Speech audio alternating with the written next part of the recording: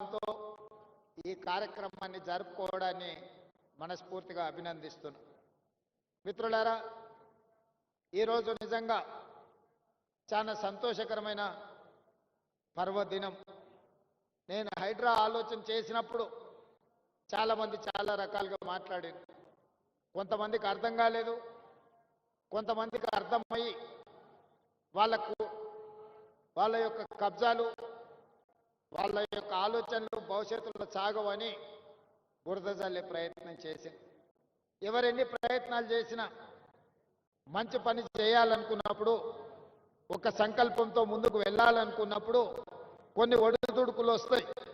ఆ ఒడిదుడుకులను సమయస్ఫూర్తితోనో సమయము సందర్భాన్ని బట్టి వాటిని పరిష్కరించుకుంటూ ముందుకు వెళ్ళాలి. ఈనాడు ఒక నూతన సంస్థని రాష్ట్ర ప్రభుత్వం ప్రారంభించింది. చాలామంది చాలా ఆరోపణలు చేసింది. కానీ నేను ఒక మాట చెప్పదలుచుకున్నా. కోవిడ్ తర్వాత పర్యావరణంలో చాలా మార్పులు వచ్చినాయి. క్లైమేట్ చేంజెస్ అంటే ఊహించని లేనంత వాతావరణంలో మార్పులు వచ్చినాయి. ఈ హైదరాబాద్ నగరమే కాదు, ఈ దేశంలో మనం ఏర్పాటు చేసుకున్న వ్యవస్థలు, మనం నిర్మించుకున్న రోడ్లు కావచ్చు, డ్రైనేజ్ కావచ్చు, ఇతర పరిస్థితులు, ఇతర ఏర్పాట్లు అన్నీ కూడా రోజుకు 2 సెంటీమీటర్ల వర్షం కురిస్తే సరిపోయే విధంగా మనం ఇన్ఫ్రాస్ట్రక్చర్ ఏర్పాటు చేసుకున్నాం. గతంలో వర్షాలను బట్టి ఆనాడు నిర్మాణం చేయాల్సిన ప్రభుత్వ సంస్థలు ఒక రోజుకి 24 గంటల్లో 2 సెంటీమీటర్ల వర్షం పడితే ఎదుర్కోవడానికి అవసరమైన మనము ఇన్ఫ్రాస్ట్రక్చర్ ఏర్పాటు చేసుకున్నాం. కానీ ఈ మధ్యకాలంలో మీరు అందరూ చూస్తున్నారు, 2 సెంటీమీటర్లు రోజు కాదు, గంటలో లేదా 2 గంటల్లో 40 సెంటీమీటర్ల వర్షం కురిసే పరిస్థితులు ఈరోజు వాతావరణంలో మార్పు వచ్చినాయి.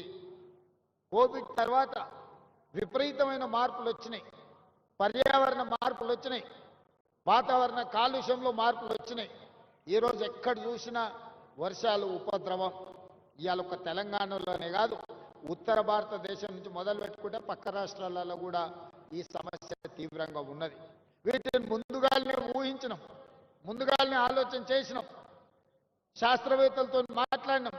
ఒక మంచి ఆలోచన చేసి ఈ నగరాన్ని కాపాడుకోవాలంటే ఈ అత్యధికంగా కుంభవృష్టి, క్లౌడ్ బస్ట్ అని ఇంగ్లీష్ అంటున్నారు, తెలుగులో కుంభవృష్టి. ఒకప్పుడు కుంభవృష్టి వస్తే, దివిసీమ ఉప్పెన లాంటి తుఫాన్లు వస్తే ఎంతో మంది కొట్టుకుపోయారు. మన కళ్ళ ముందే హృదయ విదారకమైన పరిస్థితులు మనం చూసినాం. 1908లో ఆనాడు వచ్చిన వర్షానికి హైదరాబాద్ నగరంలో వేలాది మంది చచ్చిపోయారు. ఆనాటి ప్రభు, నిజాం ప్రభు అది చూసి ఆయన అసలు అంటే ఆ బాధను భరించలేక అప్పటికప్పుడు ఆలోచన చేసి ప్రపంచ స్థాయిలో సాంకేతిక నిపుణులను రప్పించి మోక్షగుండం విశ్వేశ్వరయ్యకు ఒక బాధ్యత అప్పచెప్పాడు. నా నగరంలో మళ్ళీ ఎప్పుడు వరదలు రావద్దు, నా నగర ప్రజల్ని కాపాడుకోవడానికి నేనేం చేయాలంటే ఆనాడు మోక్షగుండం విశ్వేశ్వరయ్య ఇచ్చిన ప్రణాళికనే ఈ మూసీ నది పరివాహక ప్రాంతం యొక్క అభివృద్ధి.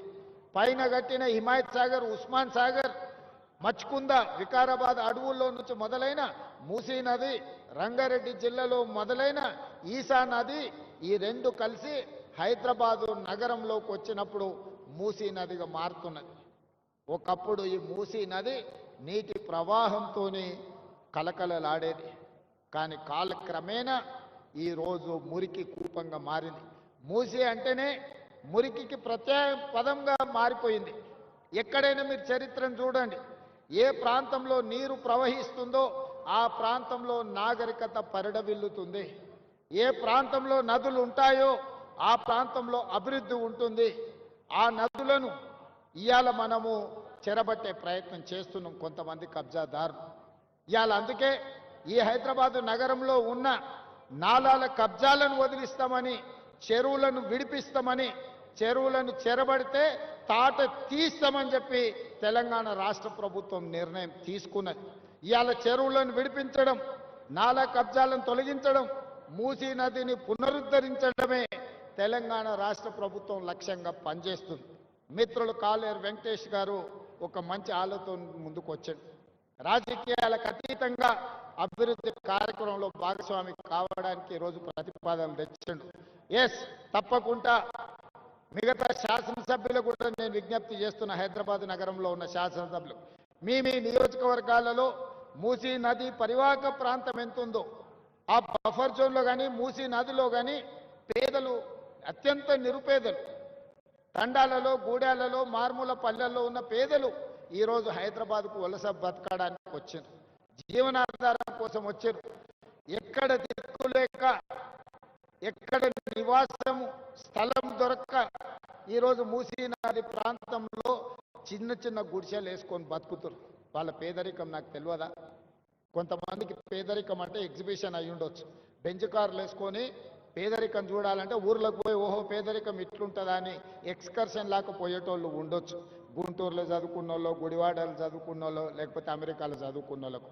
నాకు అట్లా కాదు.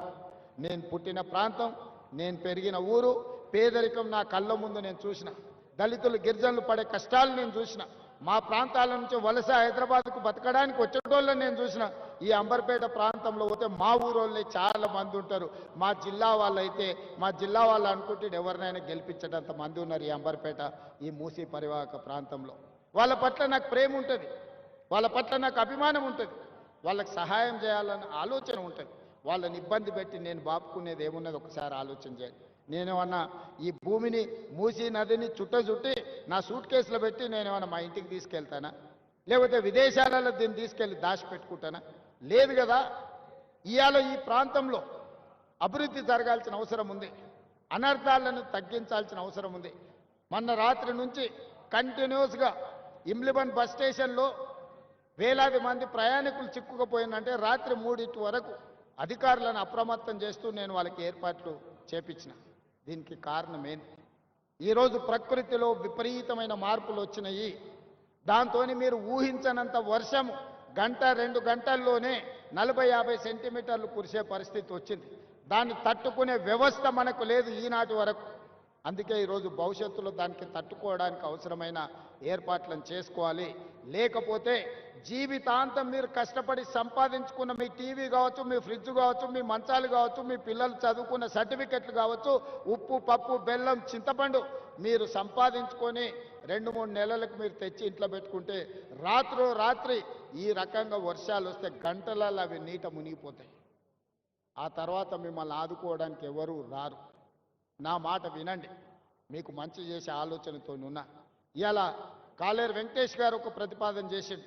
అంబర్పేట అసెంబ్లీలో 5 కిలోమీటర్లు మూసీ నది పరివాహక ప్రాంతం ఉన్నది.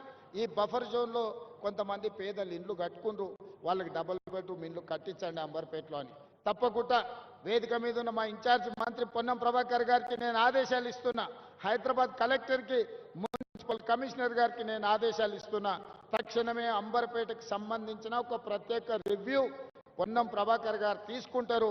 మీరు క్షేత్రస్థాయిలో మొత్తం పర్యటన చేసి, నేను మున్సిపల్ అధికారులకు కూడా అందరికి ఆదేశాలు ఇస్తున్నా, మీరు మొత్తం తిరగండి, ఎన్యూమరేట్ చేయండి, ఎవరెవరు ఉన్నారు పేదలు లిస్టు తీయండి, వాళ్ళ పరిస్థితి ఏంది అంచనా వేయండి. ఇవాళ వాళ్లకు పునరావాసం కల్పించడమే కాదు, ఈడ ఇన్ని ఆఫీసులు లేవంటే నేనే ఆశ్చర్యపోతున్నా. రిజిస్ట్రేషన్ ఆఫీసు లేదు, లేకపోతే ట్రాన్స్పోర్ట్ ఆఫీసు లేదు, ఏ ఆఫీసు లేదు అన్నాడు వెంకటేష్. ఒకదానికి అటు పోవాలి, ఒకదానికి ఇటు పోవాలి. 100%